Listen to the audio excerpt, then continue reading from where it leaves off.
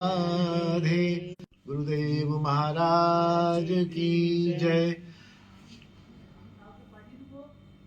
परम पूज्य पिता श्री श्यामदास जी की जय। परम वैष्णव दादाजी श्री रघुनाथ दास जी की जय। समस्त वैष्णवों के अपने अपने गुरुजन की जय। वैष्णव वृंद की जय। गिरिराज महाराज की जय। तुलसी महारानी की जय।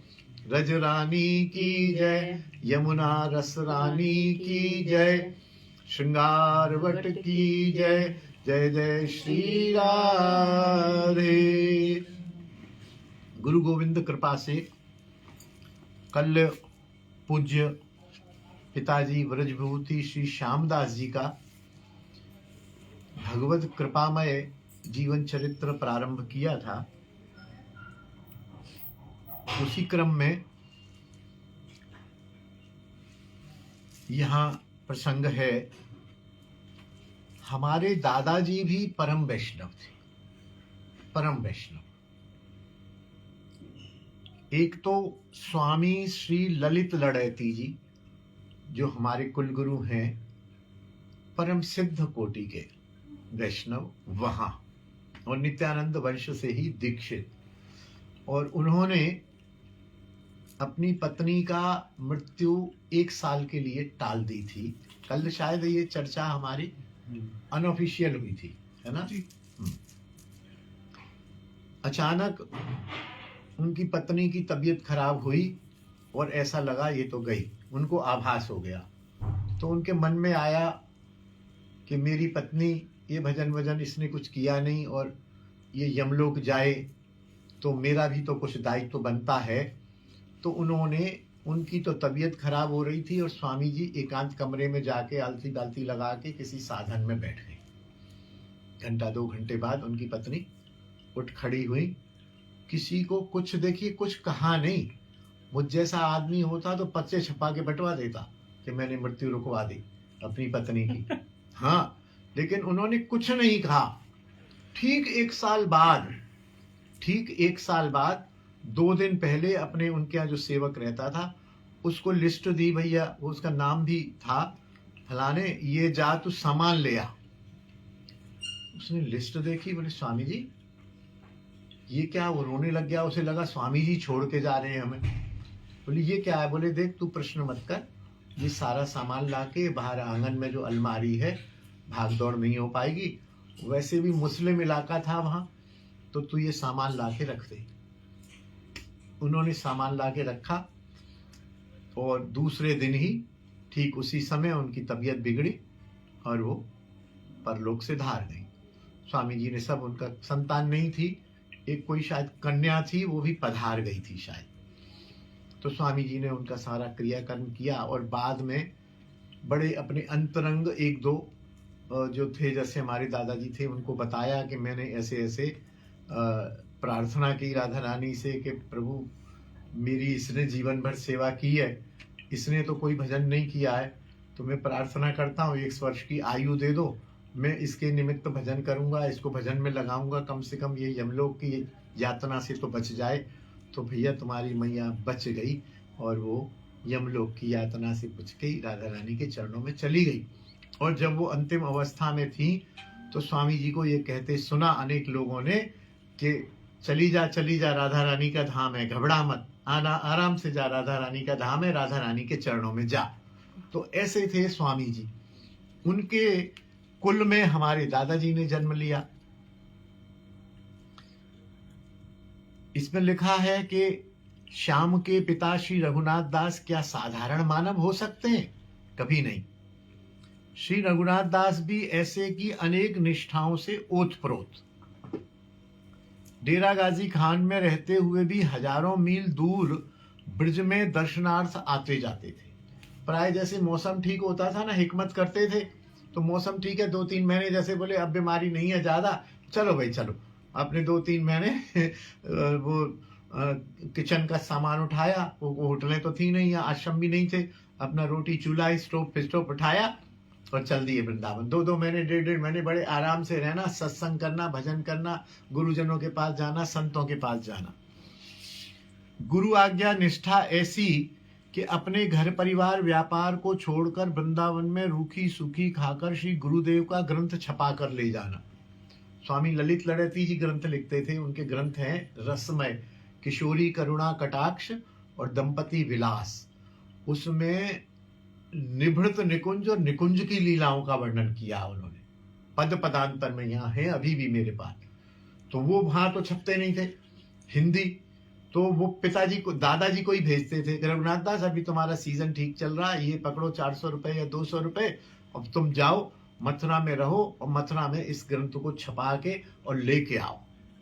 3-3 महीने यहाँ पड़े रहना, और जो स्वामी जी ने ग्रंथ के लिए 300 रुपया देना, उसमें से 1 रुपया भी खर्च नहीं करना, वो पूरे 300 रुपए ग्रंथ में ही खर्च करना, अपने खाने पीने के लिए अपने जो पैसे लाए। आगे मुझे लगता है प्रसंग आएगा, एक बार ऐसी स्थिति हो गई कि ग्रंथ छपा के जब वो पहुंचे थे तो एकदम पतले हो गए, और एक अंगोछा नीचे बांध रखा था, एक अब अंगोछा ऊपर, और ये स्थिति हो गई कि हमारी दादी ने उनको कह दिया भाग जाओ यहाँ से, जाओ जहां जाना है, मेरे घर में जगह नहीं है। 3-3 महीने बच्चों को छोड़ के चले जाते हो, और ये क्या हालत बना रखी है, गुरुओं के चक्कर में पड़े हुए, तुम घर देखना चाहिए, तुम गृहस्थी हो, बच्चे हैं। तो आएगा, मुझे याद नहीं है। शरीर की सहिष्णुता ऐसी कि बिना क्लोरोफार्म या एनेस्थीसिया के टांग की हड्डी का ऑपरेशन करा लेना। सर्जन भी बोल उठा कि जीवन में मैंने ऐसा मरीज देखा ना, देखने की उम्मीद करता हूं। ये संक्षेप में लिखा है, मुझे मालूम है।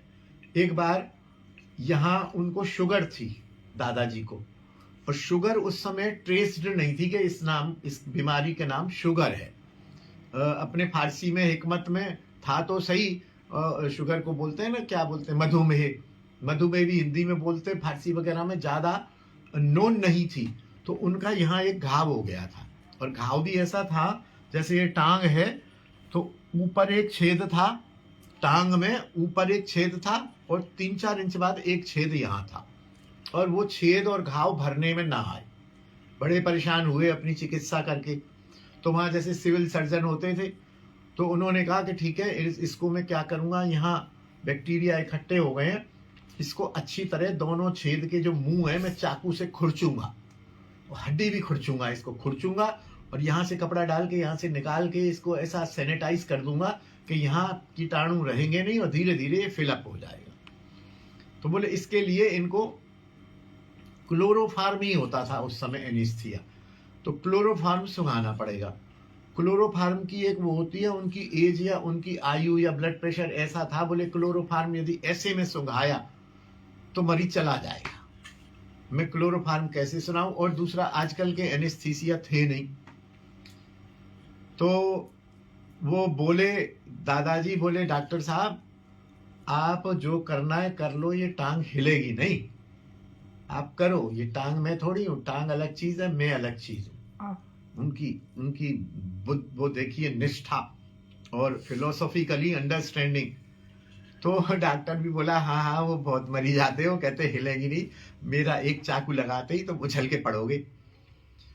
तो पिताजी थोड़ा बहुत तो परिचित थे ही, तो पिताजी बोले नहीं डॉक्टर साहब, हमारे पिताजी ऐसे ही हैं, थोड़े आत्मनिष्ठ हैं, आप करो, इनका जो भी करना है मैं कर ले आता हूँ।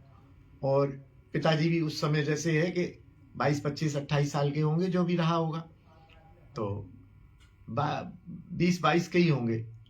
तो हृष्टपुष्ट बोले मैं एक तरफ से मैं टांग पकड़ लूंगा, और एक तरफ से कोई पिताजी का मित्र था अपना मजबूत आदमी, बोले हम दोनों आदमी टांग पकड़ लेंगे, आप इनका जो भी करना ऑपरेशन कर लेना। ठीक है भाई, तुम लोग चाहते हो तो मैं कर दूंगा।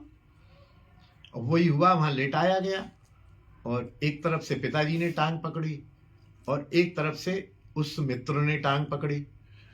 फिर भी उन्होंने कहा देखो इन बच्चों को क्यों परेशान कर रहे हो डॉक्टर साहब, ये टांग हिलेगी नहीं, तुमने जो इसको काट दो, हिलेगी नहीं। तो बोला नहीं ठीक है, इनको पकड़ने दो। पिताजी ने इधर से टांग पकड़ी, इधर सिर था दादाजी का, और उसने एक दूसरे व्यक्ति ने इधर से टांग पकड़ी, तो दोनों को दादाजी देख रहे हैं। और जैसे ही डॉक्टर ने चाकू लगाया तो वो दादाजी कह रहे हैं अरे शाम को पकड़ो, शाम को पकड़ो, ये बेहोश हो रहा है, शाम को पकड़ो, ये बेहोश हो रहा है। पिताजी बेहोश हो गए, तो दूसरे मित्र ने पिताजी को पकड़ के बाहर बैठाया, बोले तुम बाहर बैठो। दादाजी की टांग नहीं हिली। फिर उस दूसरे मित्र ने पकड़ी टांग, बोले तू पकड़ ले। थोड़ी देर बाद वो मित्र भी, दादाजी बोले पकड़ो इसको, पकड़ो पकड़ो पकड़ो इसको, पकड़ो बाहर निकालो। और दादाजी ने वो दोनों बेटों को बाहर निकाल के दादाजी चुपचाप पड़े रहे, और वो खरच खरच खरच खरच उसने पूरी हड्डी को खुरचा, पूरी खाल खुरची, खूनो खून करके उसके कंपाउंडर, और उसने वो किया और उनकी टांग हिली तक नहीं। और अंत में मतलब सहिष्णुता, देहारात्मता और देहाध्यास से कितने मुक्त थे। उन्होंने कहा कि जीवन में मैंने ऐसा मरीज देखा ना देखने की उम्मीद करता हूं। ऐसे थे हमारे दादाजी भी। दृढ़ निष्ठा ऐसी कि उतार चढ़ाव को प्रभु की कृपा मान कभी अधीर नहीं हुआ। ब्रजवास की ललक ऐसी कि भीषण परिस्थिति में ब्रज केवल ब्रज वृंदावन चलने की दृढ़ मति।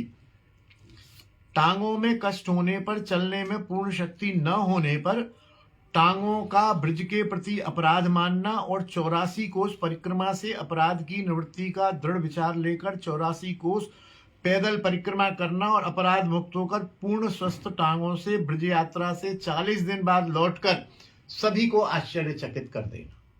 इसकी भी कथा डिटेल में सुनाता हूं। ब्रज यात्रा जा रही थी, पहले तो पैदल ही जाती थी, जैसे आजकल रमेश बाबा की जाती, गाड़ियों से तो जाती नहीं थी। दादाजी के वो जैसे शुगर थी, वो ऑपरेशन तो किया, लेकिन दादाजी की टांगों में हमेशा कष्ट रहा, घोड़ी से चलते थे। तो यात्रा जा रही थी, तो एक हमारी बुआ जी और एक फूफा जी, वो भी यात्रा में बोले हम भी जाएंगे, वो कहीं गुड़गांव वगैरह रहते थे। तो बोले ठीक है जाओ। तो जब दादाजी को पता लगा तो उन्होंने कहा श्याम ऐसा कर, मैं भी परिक्रमा चला जाता हूँ 84 कोस। तो पिताजी ने कहा अरे पिताजी तुम घोड़ी लेके चलते हो, रोज 10-20 किलोमीटर पैदल चलना पड़ता है, और वहाँ सब जंगल में उल्टी सीधी व्यवस्था होती है, भोजन कुछ होता नहीं है, शयन कुछ होता नहीं है, आपके साथ जाएगा कौन? क्योंकि पिताजी थे, कोई दूसरा पुत्र तो था नहीं। तो बोले नहीं मैं चला जाऊंगा। और वैसे तो वो चल रही है, कौन हुई ना, हमारे दादाजी की बहन हुई ना, दादाजी की बहन और जीजा जा रहे हैं। तो पिताजी थोड़ा बहुत तो जानते थे, और उस समय में बड़ों से बहस करने की आदत भी नहीं थी। बोले पिताजी देख लो आप जैसा ठीक समझो। कुछ 22 रुपए जाने 24 रुपए में जा रही थी, तो वो ऐसा लगता था कि हम मना कर रहे हैं, तो शायद 22 रुपए देने के लिए मना कर रहे हैं। तो बोले नहीं वो तो कोई दिक्कत नहीं है, और आप देखो कैसे करोगे। बोले नहीं मैं जाऊंगा, तुम मेरी टिकट करा दे। तो पिताजी ने टिकट करा दी। इतने में दूसरे दिन जब वो बुआ जी को और उनको फूफा जी को पता चली, तो वो आके पिताजी से लड़ने लग गए, तुम समझते नहीं हो, हमारी खोपड़ी पे तुमने बुड्ढा लाद दिया, हम अपनी परिक्रमा करेंगे कि इनको देखेंगे? ये बीमार आदमी टांगों से चलते नहीं है, बैसाखी लेके नॉर्मल चलते हैं, ये क्या परिक्रमा लगाएंगे? फिर पिताजी ने दादाजी से कहा पिताजी ऐसे ऐसे वो भी आए थे, बुआ जी फूफा जी, और वो कह रहे थे तुमने बुड्ढा हमारे ऊपर लाद दिया। बोले नहीं नहीं तुम उनसे कहो, वो अलग टेंट में रहेंगे, हम अलग टेंट में रहेंगे, तुम कहीं भी ये मत लिखवाना कि ये मेरी बहन और मेरे जीजा जी हैं, मैं अलग जाऊंगा, ये अलग जानेंगे। श्याम देख जब जब हम ब्रज में आते हैं हमारी टांगे परेशान करती। आगे कथा आएगी कि ब्रज में जब आने लगे हैं तो टांगों ने धोखा दिया, और एक आध बार ब्रज आना कैंसिल हुआ।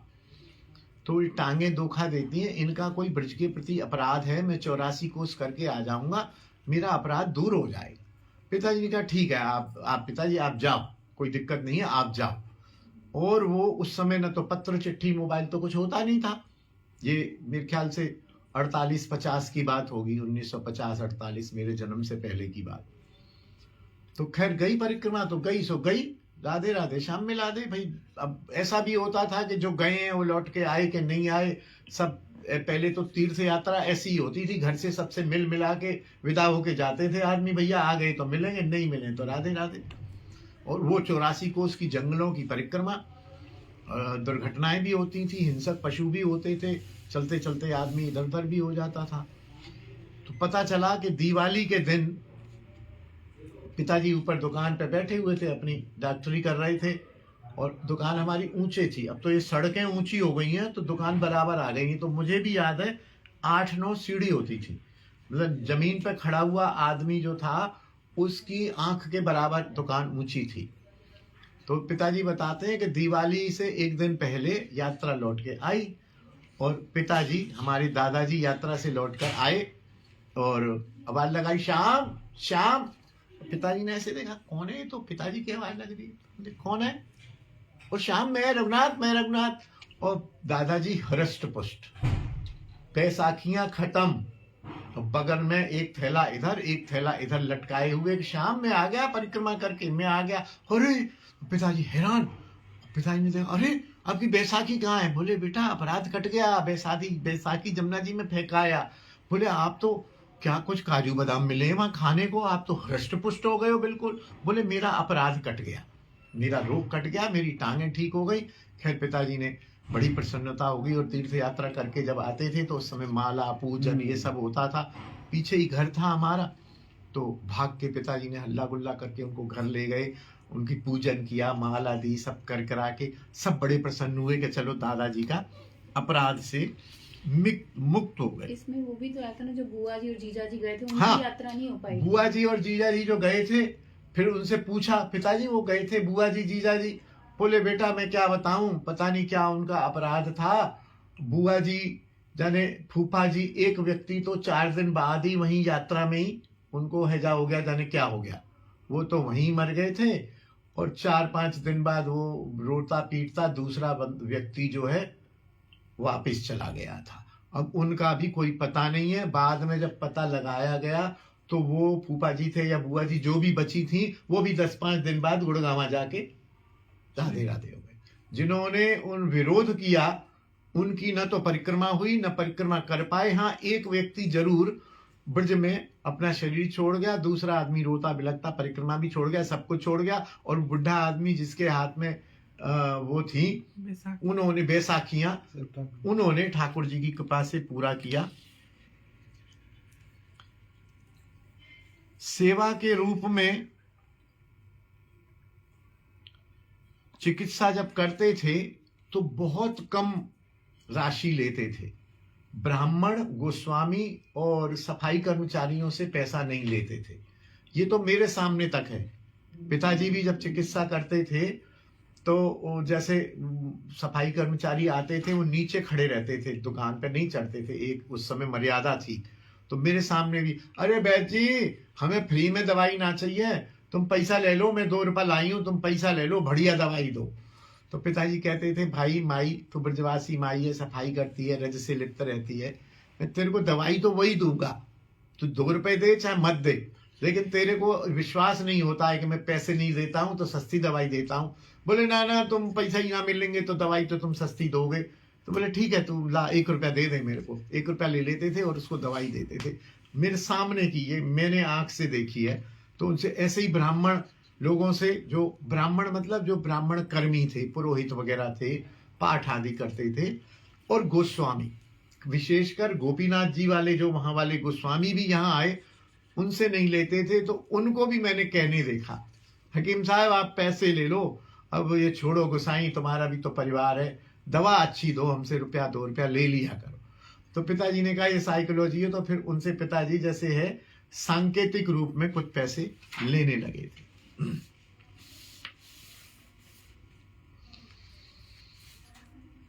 अब आता है पंडित बाबा श्री रामकृष्ण दास। एक दिन घूमते घूमते श्री रघुनाथ दास जी अपने बड़े भाई ईश्वर दास तथा मित्रों के साथ दाऊ जी की बगीची में सिद्ध पंडित बाबा श्री रामकृष्ण दास जी के दर्शनों को पहुंचे। बाबा ने रघुनाथ दास जी को अपने नगर में जाकर नाम संकीर्तन प्रचार करने की आज्ञा दी और कृपा शक्ति का संचार किया। दुर्भाग्य श्याम का कि वह उस दिन अपनी स्त्री की देखरेख में धर्मशाला में रह गया, क्योंकि उसे कोलेरा की सी तकलीफ हो रही थी, उल्टी दस्त हो रहे थे, इसलिए पिताजी नहीं गए। और वो पिताजी वहीं अपनी मतलब हमारी बड़ी माता के साथ घर में ही रुक गए और चाचा पिताजी के बड़े ताऊ जी और ये चले गए। इस दैव घटना ने श्याम को बाबा के दर्शनों से वंचित रखा, परंतु पिता रघुनाथ दास जी के माध्यम से श्याम पर जो सिद्ध बाबा की कृपा हुई वह अवर्णनीय है, जिसका साक्षात अनुभव वृंदावन वास करने के समय मैंने किया, पिताजी ने किया। वो बीच में आए थे मिलने के लिए। और ऐसा भी है, इसमें कहीं आगे होगा कि वहां पंडित बाबा के सामने जाके हमारे दादाजी ने, ईश्वरदास जी ने और एक चाचा थे प्रीतम दास, उन्होंने वहां महामंत्र का कीर्तन किया पंडित बाबा के सामने। लिखा नहीं इसमें एक शिष्टाचार के कारण, लेकिन हमें बताते थे। तो कीर्तन किया तीनों भाइयों ने मिलके। तो बाबा ने कहा कि ठीक है, तुम कहाँ से आए हो? हम डेरा गाजी खान से आए, हम वहां से आए, इधर से जाओ वहां तुम जाके हरिनाम का प्रचार करो। तो कहे तो रहे थे वो हमारे दादाजी से। तो प्रीतम दास जी जो चाचा जी थे वो थोड़े से ठीक है, मतलब उतने नैष्ठिक नहीं थे। तो बोले हाँ बाबा आप कृपा करो, बिल्कुल हम आप प्रचार करेंगे। बोले तुमसे नहीं कह रहा हूं, ये है ना बीच वाला, इसको बोल रहा हूं, तुमको नहीं बोल रहा हूं, तुम नहीं करोगे, तुम नहीं करने सकोगे, इसको बोल रहा हूं, ये करेगा। स्तब्ध हो गए। वो दादाजी ने आके बात बताई, यहाँ लिखी नहीं है, या तो आगे लिखेंगे कहीं। फिर पिताजी लिखते हैं कि गुरु दीक्षा के बाद श्याम में कुछ एक विलक्षण परिवर्तन आ गए। पहले तो उनमें कवित्व शक्ति उदित हो उठी, कविता करने लगे। ब्रजभाषा, उर्दू आदि में अनेक रचनाएं मुझे स्फुरित होने लगी। घर पहुंचने पर उसने अपनी माता सीता देवी से घर में विराजमान श्री ठाकुर की सेवा संभाल ली। घर में जो ठाकुर सेवा थी वो हमारी दादी करती थी, क्योंकि दादाजी अस्वस्थ रहे। तो उन्होंने कहा मैया अब तुम सेवा मेरे को दो। तो सबसे पहले तो कहते हैं मैंने उनकी सेवा संभाल ली। फिर लिखते हैं कि उनकी सेवा श्रृंगार में मैं तन्मय रहने लगा। एक दिन जब मैं सेवा के बाद आसन पर बैठकर गुरु मंत्र तथा ध्यान पूर्वक नाम जप कर रहा था कि मेरा आसन ऊंचा उठा। वो पिताजी के वहां शहर में वो बताते हैं, जैसे जहां मंदिर था ना वो दुछत्ती थी, ऐसे जैसे हो जाती है ना कि ऊपर ऐसे बना देते हैं सामान रखने को, और नीचे 6 फुट पे इतनी जगह पे ऐसे दुछत्ती सी एक गटर सा निकाल के लगा देते, टाण बोलते हैं जिसको। वो टाण के नीचे थी और टाण पे ऊपर सामान था। तो टाण के नीचे ही जैसे एक तरफ यहाँ ठाकुर जी विराजे होंगे, तो पिताजी यहाँ बैठ के जप करने लगे। तो कहते हैं कि आसन ऊंचा उठा और दुछत्ती की छत जो केवल 6 फुट थी उससे जा टकराया, और टकराते ही जोर से धड़ाम की आवाज हुई। मेरे सिर से वो टकराया और टकराते ही जोर से गिरने की, फिर गिरे, पुनः जमीन पर गिरने की आवाज आई, और मेरे मुंह से भी ऐसे निकले, ऐसे आवाज सी निकली। तो उस आवाज से मेरी माता दौड़ी आई कि क्या गिरा, क्या हुआ, तू तो सेवा कर रहा है, क्या गिरा? वास्तव में न तो कुछ गिरा था न कुछ हुआ था, वह आसन ऊंचा उठा था और वो मेरा मस्तक उस दुछत्ती से टकराया था। भावावेश, साधनावेश इसको बोलते हैं। देहाध्यास से दूर हल्का हो जाता है व्यक्ति, उठता है ऊपर। तो श्याम ने माता को कहा कि कुछ नहीं गिरा, पता नहीं क्या हुआ। बोले तू भी चीखा, धड़ाम हुई। बोले पता नहीं, मैं तो यहाँ भजन कर रहा हूं। वो गोल कर गए उस बात को।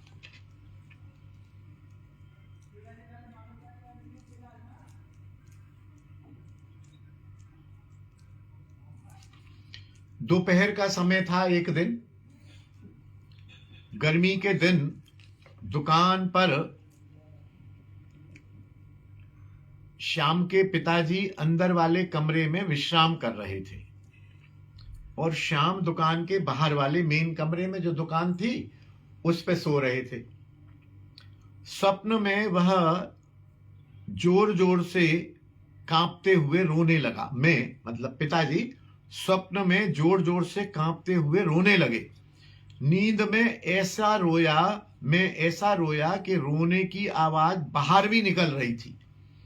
और मेरे रोने की आवाज से पिताजी झट से उठकर भागे आए और मेरे को हिलाया। श्याम क्यों रो रहा है, क्यों रो रहा है, क्या हुआ, क्यों रो रहा है? जब मुझे उठाया तो मैं पसीने से तरबतर था। और श्याम ने बताया कि स्वप्न में मेरे गुरुदेव पूज्य गोस्वामी जी मुझे आलिंगन कर रहे थे। उनके आलिंगन से मेरे अंदर यह सात्विक विकार उत्पन्न हो रहे थे, पसीने से तरबतर, और ये चीत्कार निकल रही थी। दादाजी इन भावों को समझते थे तो बोले कोई बात नहीं, शाबाश, कोई बात नहीं बेटा। ये दीक्षा के प्रभाव उन्होंने बताए हैं। यहाँ वो हमने जो 1 वर्ष के लिए परलोक गमन को टाला, ये प्रसंग यहाँ है, हमने पहले बता दिया है। कल एक प्रसंग और भी था ना जो हमने लाइव के बाद में चर्चा की थी। बिटिया से मैंने कहा कल याद दिलाना, तो कोई बात नहीं है। हाँ, कुछ बता रहे थे, कोई बात नहीं, फिर आ जाएगा। श्री सिद्ध पंडित बाबा की कृपा से पिता रघुनाथ दास जी ने डेरा गाजी खान में नाम संकीर्तन का प्रचार आरंभ किया। प्रतिदिन शाम को नाम संकीर्तन, और साथी थे पंडित जगन्नाथ शास्त्री, भगवान दास कुमार, ईश्वरदास मेहता।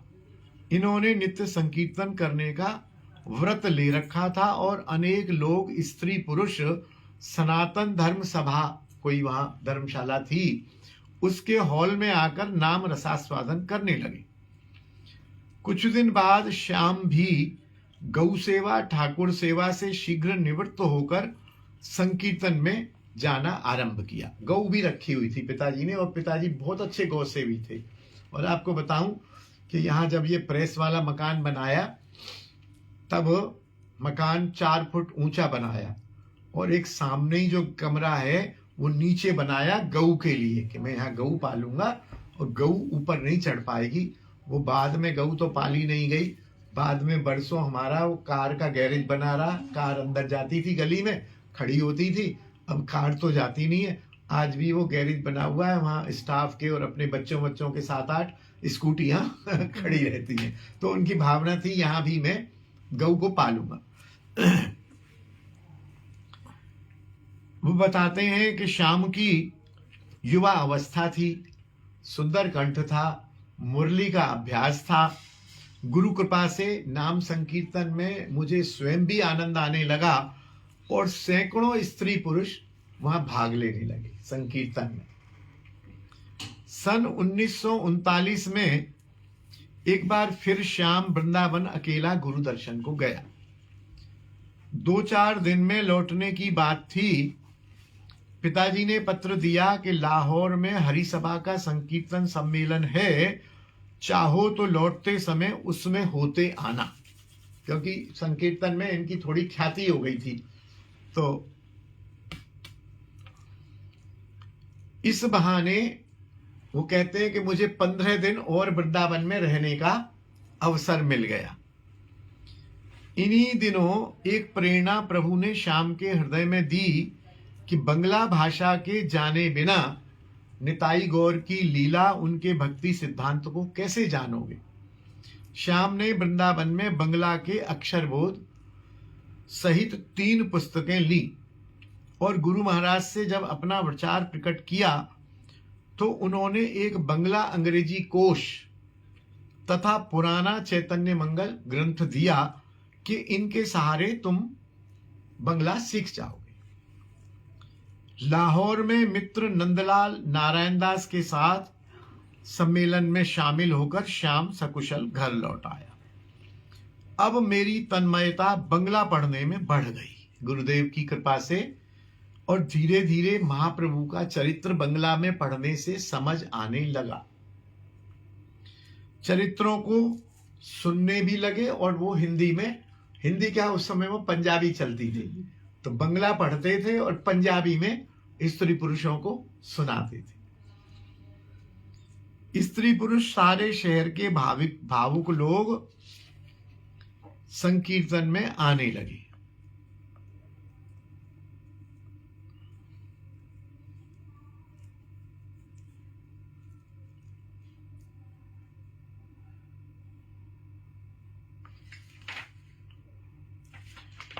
लाहौर सम्मेलन को देखकर मेरे मन में श्री हरिनाम संकीर्तन सम्मेलन करने की उत्कट अभिलाषा जाग उठी।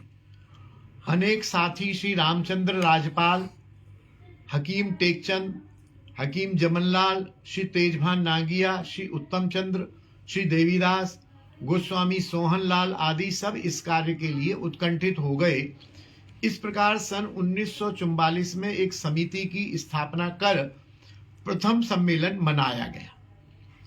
मंडल के वहां 3 वार्षिक सम्मेलनों का आयोजन शाम ने किया, जिसमें चंदौसी के प्रोफेसर गंगा शरण जी शील, जो वो है ना गोविंद दामोदर माधवेती, उसका हिंदी अनुवाद किया गंगा शरण जी शील ने। गोविंद मेरी यह प्रार्थना है, भूलूं न मैं नाम कभी तुम्हारा, निष्काम होके मैं दिन रात गाऊं, गोविंद दामोदर माधवेती। तो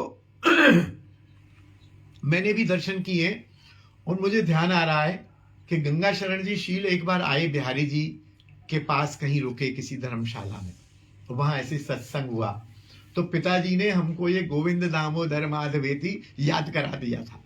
और याद करा के मैं और मेरी बड़ी बहन दोनों को, हम बच्चे थे ऐसे 6-6, 8-8 साल के, याद करा के बोले तुम वहां गान करना।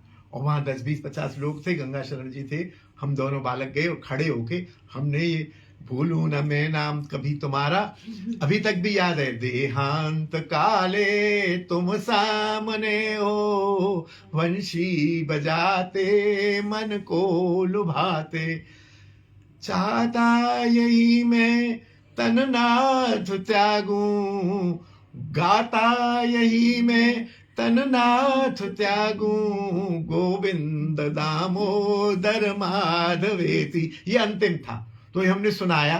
तो गोविंद शरण जी शील जो थे, गंगा शरण शील, बहुत ही अच्छे विद्वान थे उस समय, तो उनको सम्मेलन में पिताजी ने बुलाया। एक और थे श्री विजय कृष्ण जी गोस्वामी, श्री अतुल कृष्ण जी के पिताजी, पुंडरीक के दादाजी, पुंडरीक के परदादाजी, पुंडरीक के पिता श्रीभूति के पिता अतुल कृष्ण जी, अतुल कृष्ण की गोस्वामी जी के पिता थे विजय कृष्ण जी, तो विजय कृष्ण भी वहां गए। बरसाना के गोस्वामी राधारमण, किशोरी सखी श्री कपिंद्र जी रामायणी हाथरस के श्री बिंदु जी गोस्वामी, जो बिंदु जी के पद है ना बहुत, दृग बिंदु जी जो बहुत अच्छे शेर और गजल लिखते थे, बिंदु जी को भी वहां बुलाया।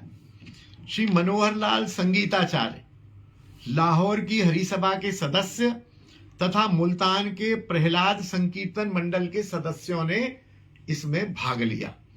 बीच बीच में अनेक संकीर्तनकर्ता नाम संकीर्तन के कार्यक्रम में स्वतः इधर उधर से आकर नाम सदा रस बरसाने लगे।